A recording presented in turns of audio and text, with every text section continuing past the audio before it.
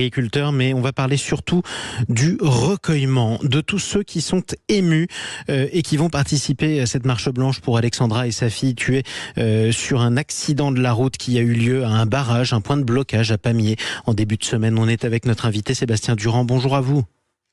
Bonjour. Soyez le bienvenu sur Sud Radio. Merci de nous accorder un petit peu de votre temps cette journée si triste pour vous. Je rappelle que vous êtes le président de la FDSEA de l'Ariège. Vous êtes aussi maire du hameau de Saint-Félix de Tournegat. C'est là qu'elle habitait justement avec sa fille Alexandra et j'imagine que l'émotion sur place est à son comble. Oui, effectivement. Bon, déjà, pardon, mais je suis le vice-président de la FDSEA du département et je ne suis pas le président. Bon, ça, c'est le détail. Pardon pour la promotion. Non, c'est très mouvant. Nous, on est dans un village de 140 habitants. Donc, vous comprenez, l'Ariège, c'est la ruralité. On se connaît tous. C'est une vive émotion et voilà. Moi, je suis particulièrement touché vu que organisateur de la manifestation, plus agriculteur, plus maire du même village. Oui, c'est ça. Vous êtes touché à plus d'un titre. En plus, vous étiez sur place 10 minutes après le drame. Alors évidemment, c'est toujours dangereux, on le sait, quand on fait un blocage sur une route parce qu'il y a des gens qui arrivent vite. Malgré tout, vous attendiez pas à ce que ça ait des conséquences pareilles. Bien sûr, après, nous avons, on prévoit jamais un accident. Mais oui. Je peux pas vous dire plus. Après, et d'une telle violence, c'est surtout ça.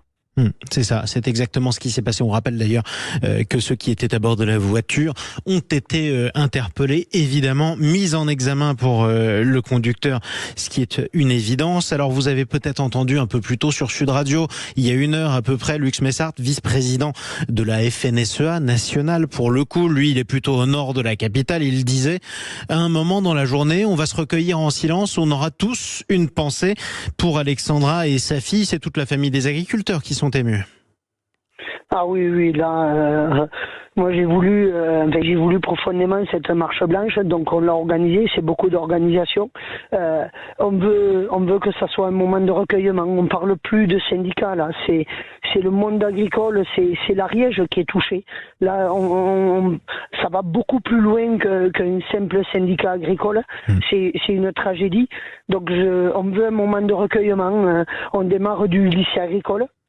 Pourquoi ? Parce que c'est symbolique. La petite Camille allait y rentrer en septembre, donc c'est très symbolique. J'y tenais beaucoup. Et après, on va faire une marche blanche sur 3 kilomètres et on va arriver jusqu'à quelques mètres du lieu de l'accident, sans y aller bien sûr sur le lieu de l'accident. On va déposer une banderole. Une simple banderole avec les photos d'Alexandra et Camille où on va déposer des roses blanches. Je suis sûr qu'il y aura des milliers de roses blanches. On veut surtout qu'aucun élu ne vienne avec les écharpes. On veut que les gens viennent vêtus de blanc. Pourquoi ? Parce que c'est une marche blanche, un recueillement.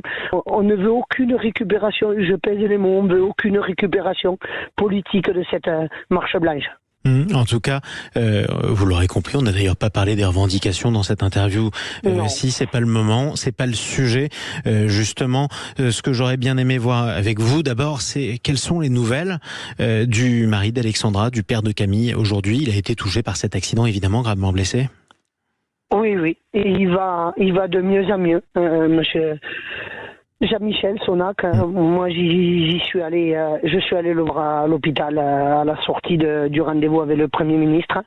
Il va de mieux en mieux. J'ai passé quelques heures et voilà, c'est rassurant l'état.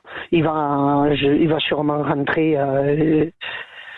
Sur son à sa maison, excusez-moi, dans les jours à venir, très très prochainement. Et évidemment, quand vous dites qu'il va de mieux en mieux, vous parlez physiquement, c'est ce que vous entendez. Dernière question, vous le disiez, vous avez rencontré hier, vous-même personnellement, le Premier ministre Gabriel Attal. Que vous a-t-il dit ?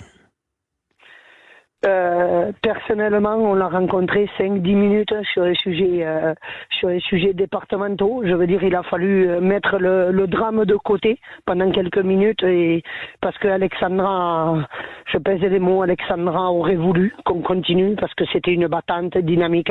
Qu'est-ce qu'elle nous a dit ? On y a évoqué 3-4 sujets départementaux très très importants pour notre agriculture.